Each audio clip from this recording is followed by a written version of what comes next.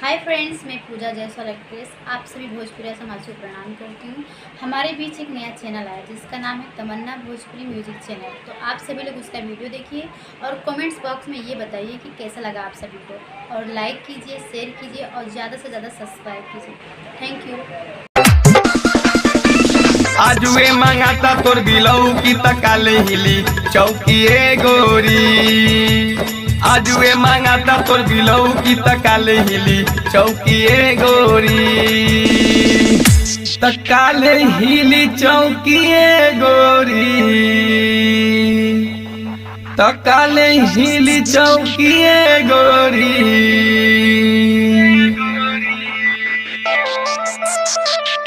अरे कुछो नहीं तहरा के लऊ की तकाले हिली चौकीए गोरी। कुछ नहीं तहरा के लऊ की तकाले हिली चौकीए गोरी।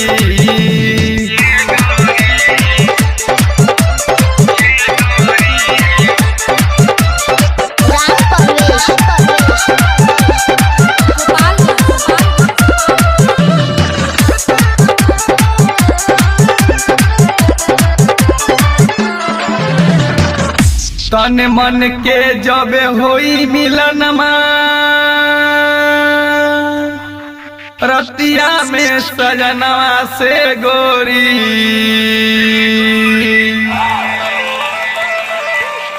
तन मन के जब होई मिलनमा रतिया में सजनवा से गोरी।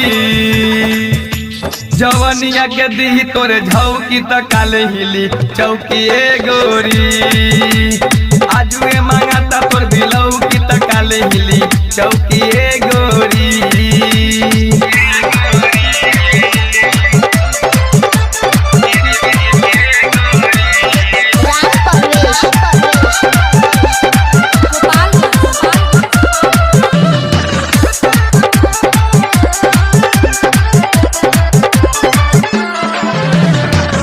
धैले रहलू जवन तू जोगा के पियावा संग लुटई है गोरी।